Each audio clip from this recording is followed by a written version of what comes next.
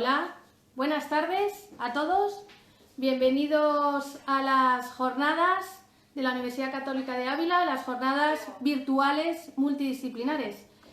Bienvenidos esta tarde y gracias por acompañarme. Soy Cristina Lucini, doctora ingeniera agrónoma y biotecnóloga, y deciros que hoy os voy a hablar de la fascinación por las plantas.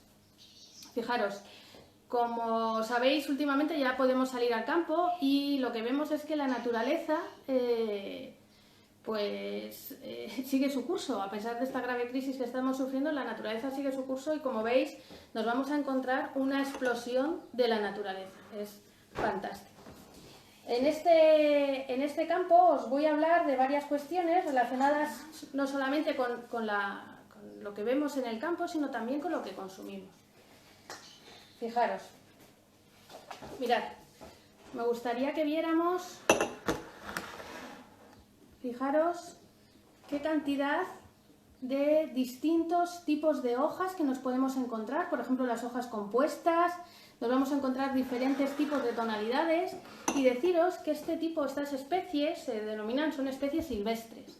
Si este tipo de especies nos las encontramos en el campo de cultivo, lo que nos encontramos nosotros lo solemos identificar como malas hierbas. Y sin embargo, deciros que todo lo que nosotros consumimos, que os he dejado aquí, tenemos una pequeña representación de todo el producto vegetal que podríamos estar consumiendo. Todos nuestros productos vegetales provienen de este tipo de especies silvestres. Después de un proceso de muchos años, que se denomina domesticación, se pueden obtener este tipo de productos que son los que nos llegan a nuestra mesa. En esta línea es en la que os voy a contar un poco lo que es la profesión del ingeniero agrónomo. Yo creo que es una profesión totalmente desconocida, o un poco desconocida, porque a veces no se sabe muy bien en lo que trabajamos. Fijaros, dentro del campo del ingeniero agrónomo tenemos un aspecto de producción vegetal, un aspecto de producción animal y un aspecto de industrias agroalimentarias. En este caso, lo que buscamos los ingenieros agrónomos es dar soluciones a los problemas que se puedan encontrar o que nos encontramos en la agricultura del siglo XXI. Por ejemplo, nosotros podemos trabajar a nivel del sector del campo, a nivel de agricultores. Podemos buscar o mejorar especies,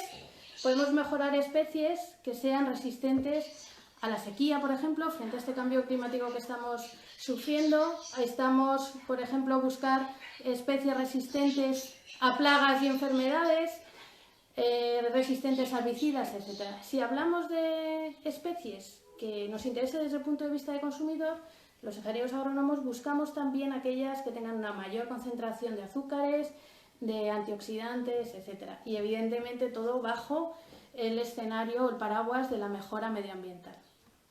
Con lo que fijaros que realmente la profesión que está ligada a la ingeniería agronómica y a la ingeniería agrícola es fundamental para todo lo que comemos a diario. Bueno, si os fijáis, he traído aquí, vemos una multitud de colores, unos colores fantásticos que yo creo que todos debemos de tener en nuestra casa, en nuestra nevera, junto con el aceite de oliva.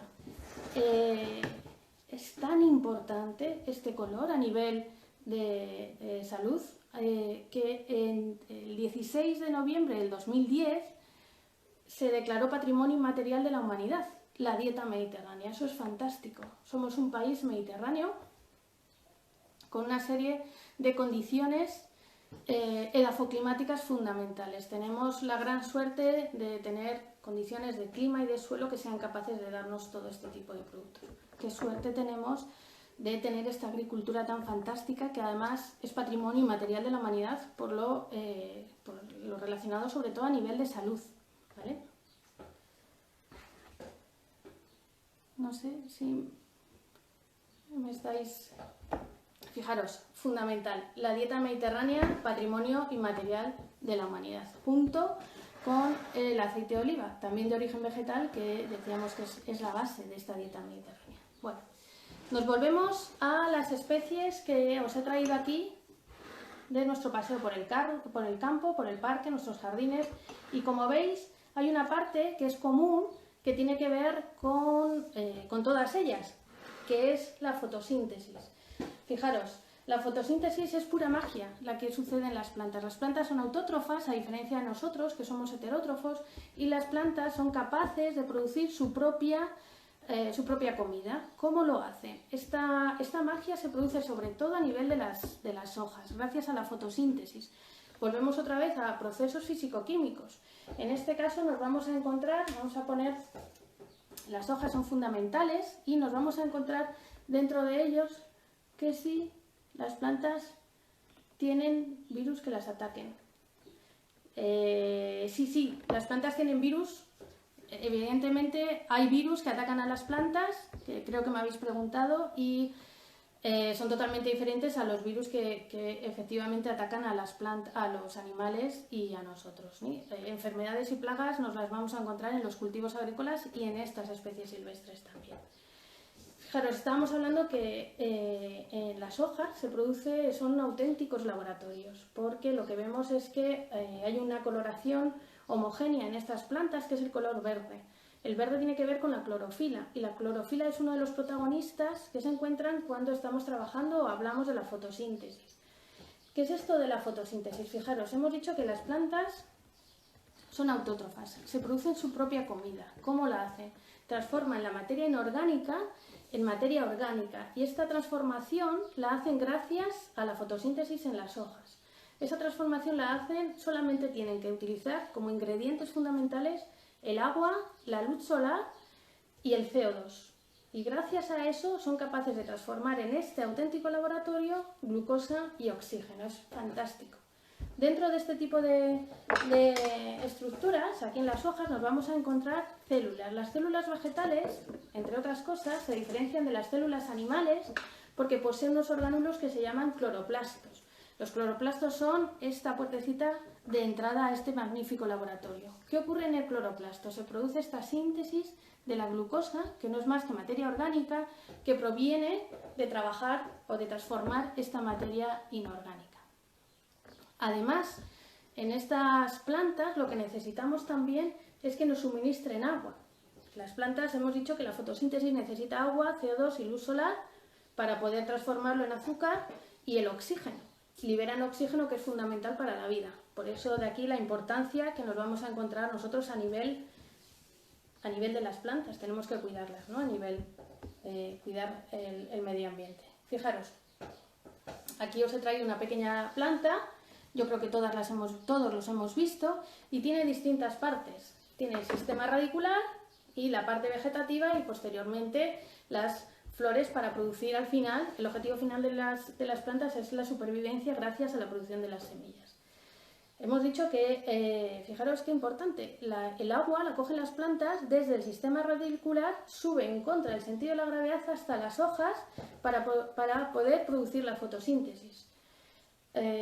Cómo estas plantas que están físicamente en un determinado sitio son capaces de mover, en este caso, el agua y las sales minerales de forma ascendente en el sentido contrario a la gravedad. Fijaros, nos vamos a encontrar con un proceso, que volvemos otra vez a la física, que tiene que ver con la capilaridad. Vamos a hacer un pequeño ensayo que os he traído para que veamos en qué consiste esto de la capilaridad. Mirad, cogemos 3 vasitos. Como veis, vamos a preparar un poco de colorante alimentario, unas gotitas de colorante alimentario. Esto lo podemos hacer en casa perfectamente para ver este proceso de capilaridad, que no solo se produce a nivel de la ascensión de las sales minerales, sino también a nivel del agua, que se mueve por capilaridad en el caso del suelo. Eso también lo vamos a ver. Fijaros. Os voy a hacer una pequeña demostración de cómo se mueve, qué es lo que pasa con las plantas, ¿vale? Vamos a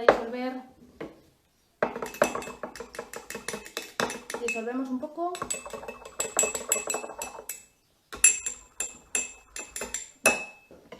Fijaros, os voy a hacer una pequeña demostración. Para eso vamos a trabajar con apio, que es parte de lo que también nos podemos comer.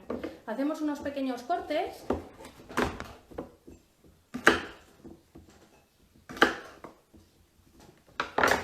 Y vamos a ver qué es lo que ocurre. Los vamos a colocar aquí, ¿vale? Y vamos a ver qué es lo que ocurre. Son seres vivos. Lo que realmente tenemos aquí son seres vivos. Tanto lo que hemos cogido del campo como lo que estamos consumiendo. Los vegetales son seres vivos. Y vamos a ver qué es lo que pasa.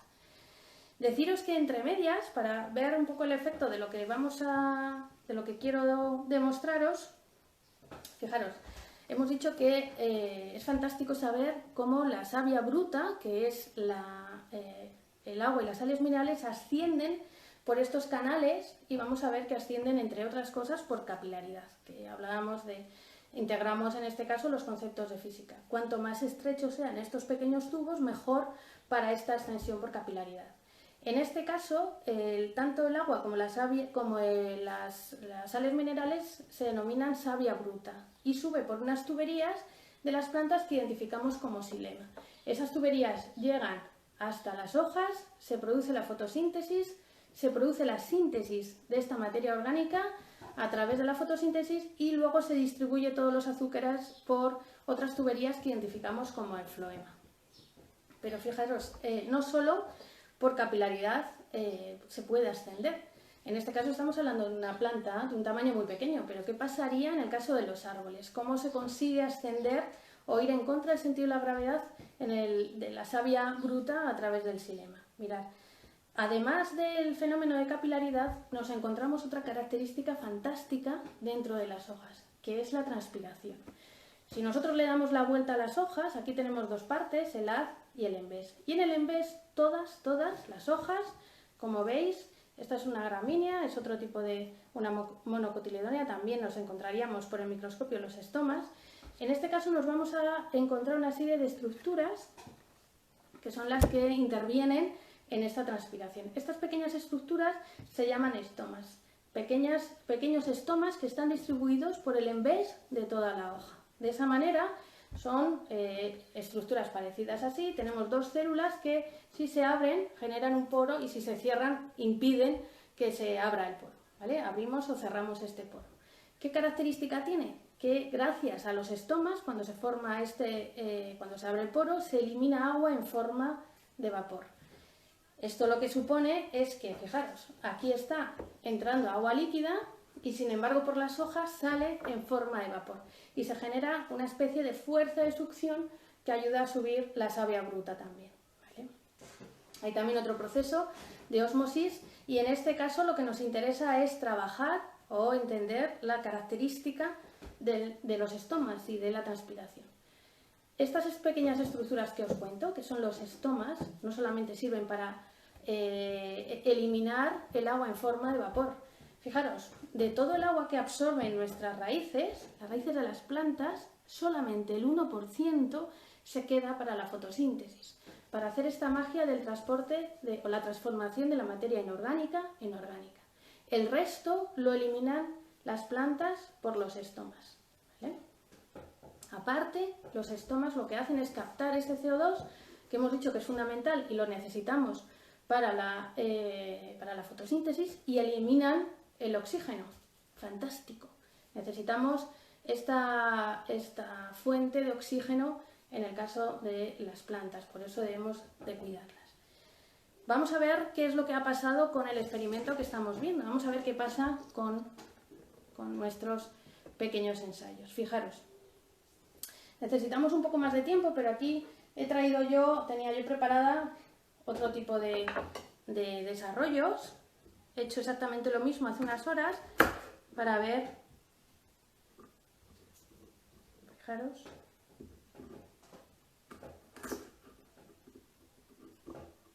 Mirad. No sé si se ve bien. Si lo veis, vemos unos puntitos pequeños. ¿Se ven los puntitos pequeños? Por ahí es por donde ha ascendido, en este caso, esta coloración. Este tipo de ensayos es fantástico, es muy interesante porque además lo podemos hacer. ¿No se ve? A ver. Voy a intentar hacer otro corte. Vamos a ver si somos capaces de verlo.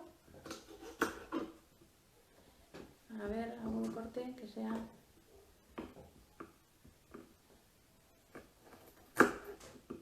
un poco más pequeño.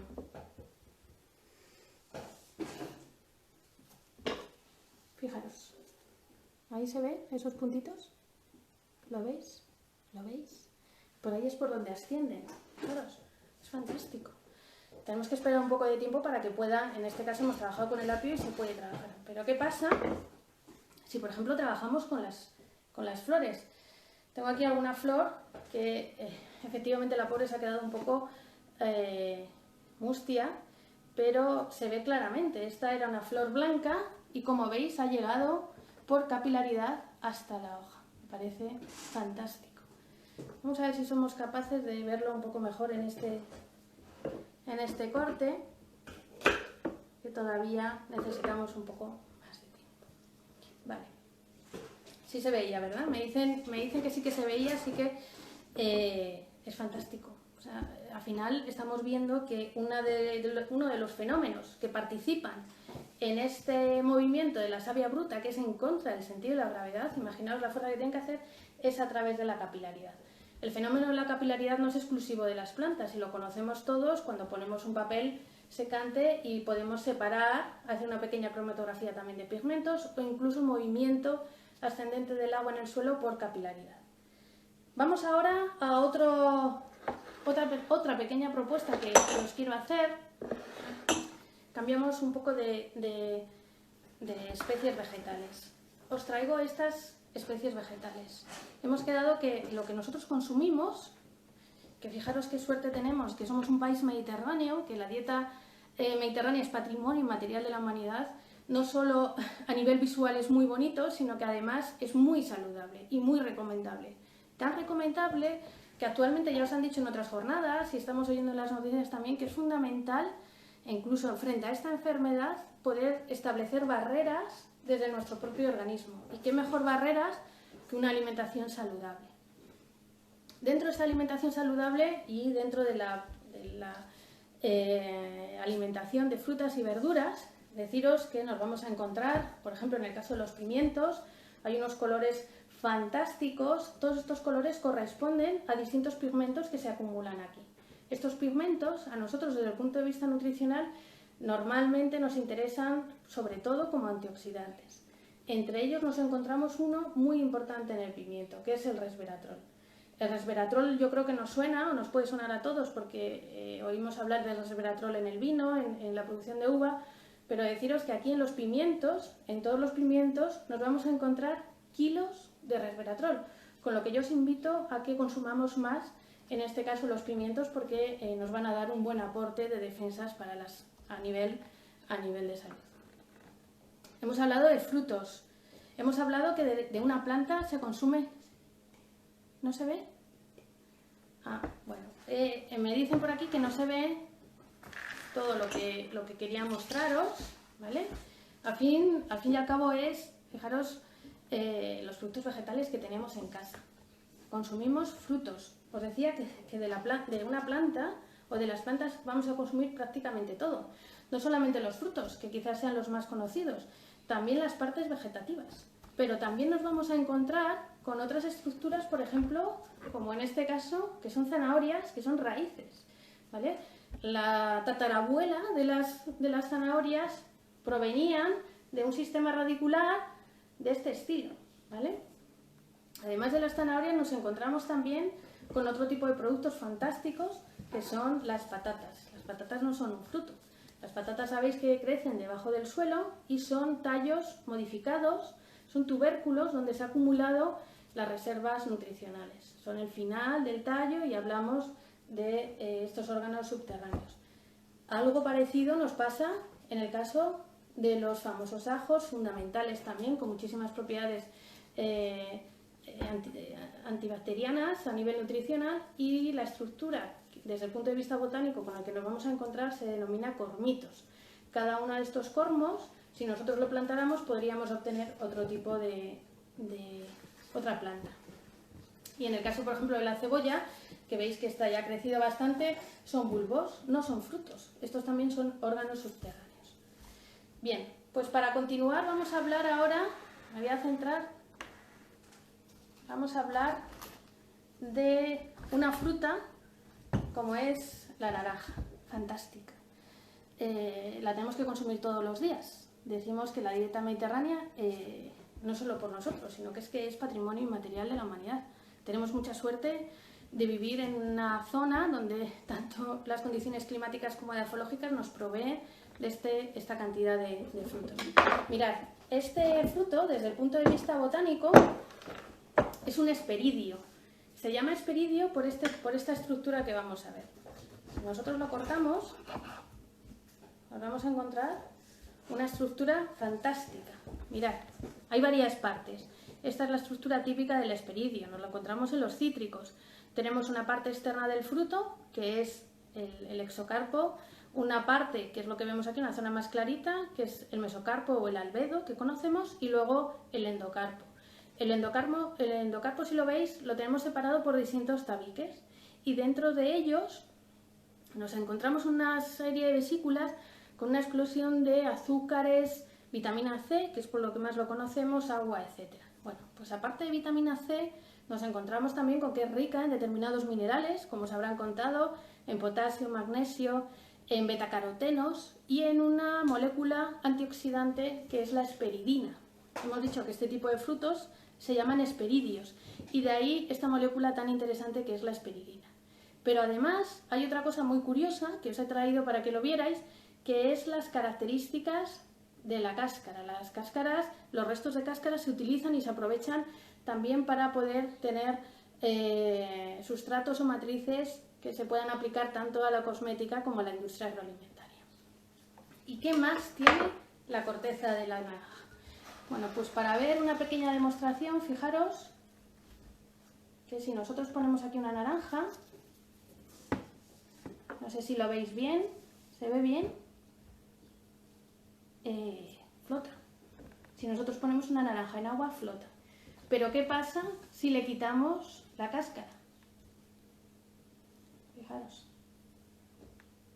La naranja sin cáscara no flota. Luego aquí volvemos otra vez a la física. Hablamos del principio de flotabilidad.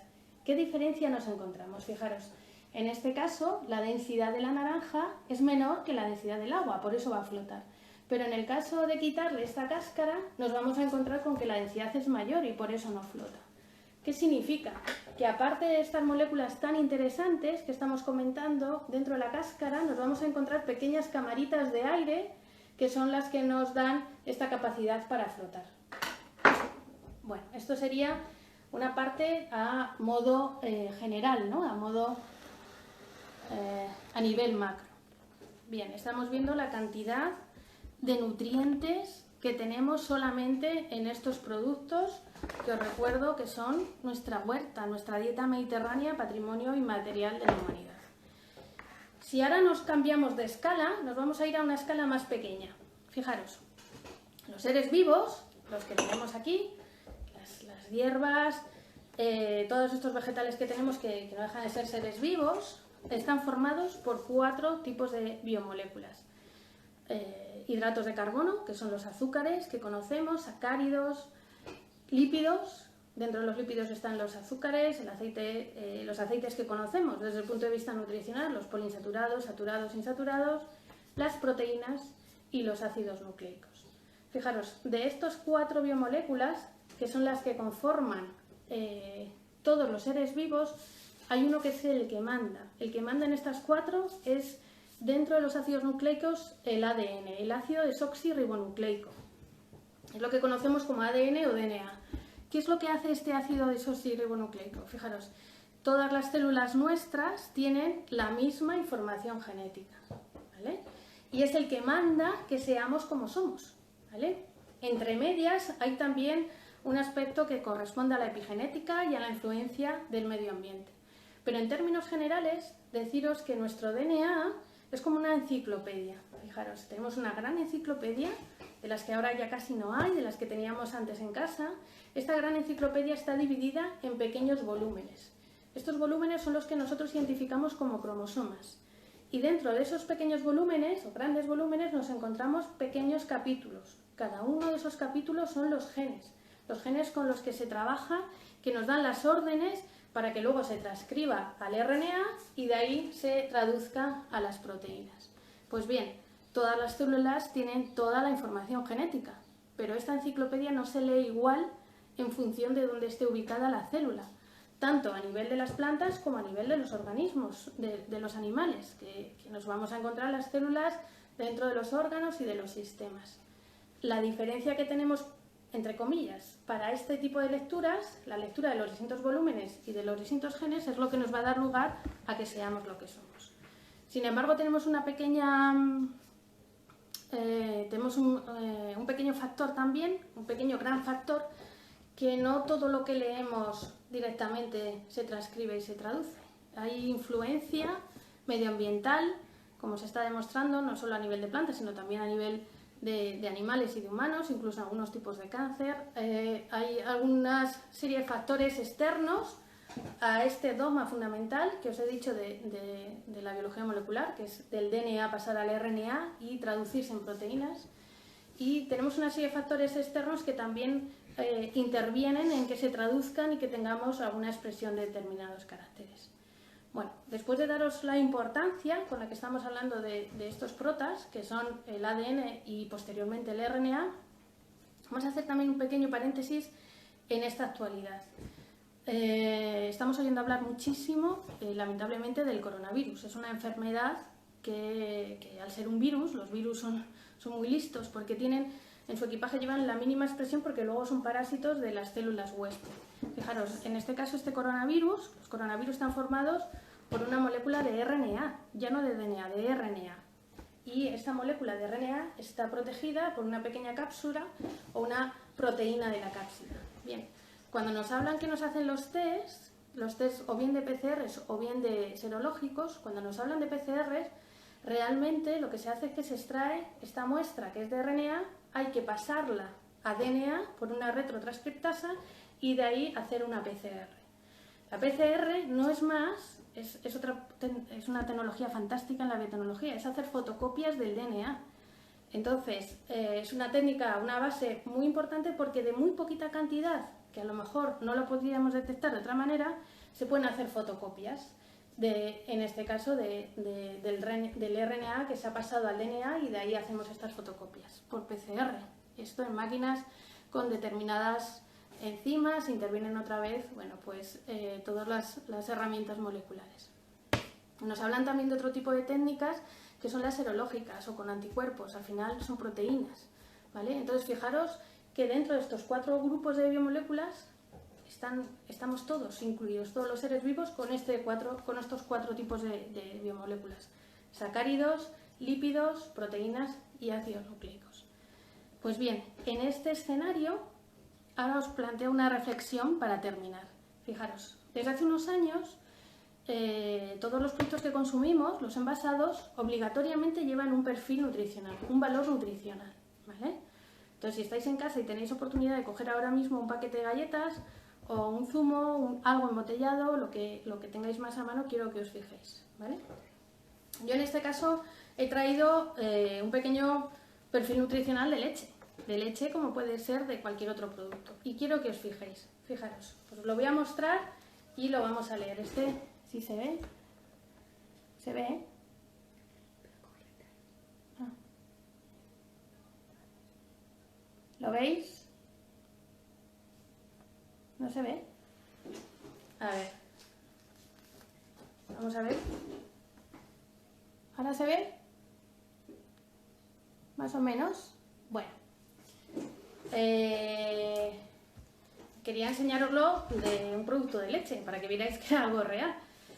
Lo que me gustaría es que cada uno en casa cogiera algún producto alimenticio que tenga, un paquete de galletas, como decíamos, un zumo, y lo viéramos. Fijaros, en este caso vamos a ver qué es lo que tiene. Nos habla de valor energético, de las grasas, uno de los grupos que acabamos de decir, de los 4 tipos de biomoléculas, uno de los grupos. Las grasas, y dentro de ellas nos interesan las saturadas desde el punto de vista nutricional. Hay muchos más, pero en este caso nos habla de las saturadas. Otro grupo más aparece después, los hidratos de carbono. Dentro de estos hidratos de carbono están los azúcares, ¿vale? Dentro de los hidratos de carbono nos podemos encontrar sacáridos o polisacáridos estructurales, En el caso, por ejemplo, de la naranja, nos encontramos también muchos sacáridos, polisacáridos estructurales de reserva, que no son azúcares. Azúcares como los que conocemos.